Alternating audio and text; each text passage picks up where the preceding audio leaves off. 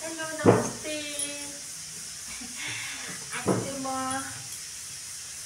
मकैको छ्याङ खानु मन लाग्यो होइन, अनि म चाहिँ मकैको छ्याङ खाने यो छ्याङ देखेर चाहिँ यो पनि छ्याङ नै हो होइन, यो पनि छ्याङ नै हो। आज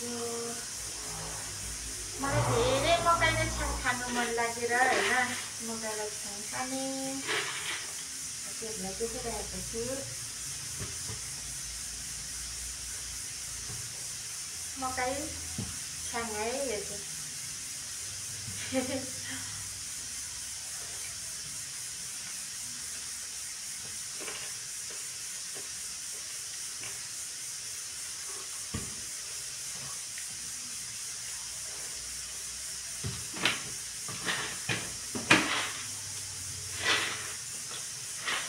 मलाई यो मकै पनि दिनुभयो हो घरको फुपूले होइन, मेरो फुपू हुनुहुन्छ माथि, अनि मेरो फुपूले दिनुभयो उमा फुपूले। यो चाहिँ मकै चाहिँ ताप्लेजुङको होइन।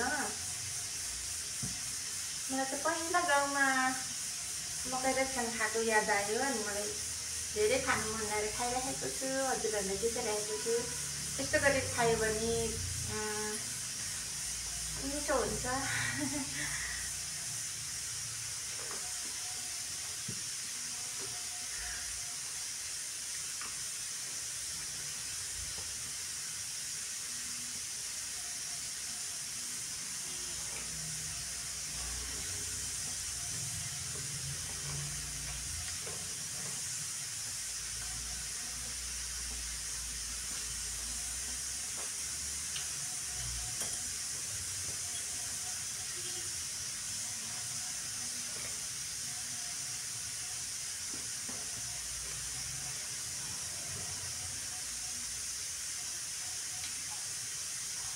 दाग पनि धेरै पिस्तो भएको रहेछ छिप्पिएर पनि।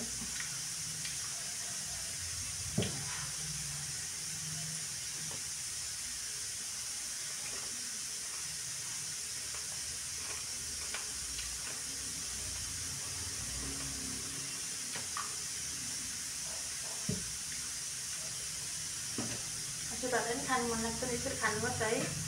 मैले त पहिला गाउँमा खाएको त्यही याद आएर खाएको।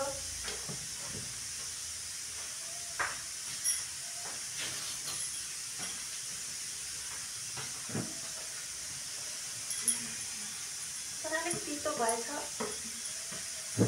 जाँड तितो भएछ, छिप्पिएर पनि तितो बियर जस्तै भएको रहेछ।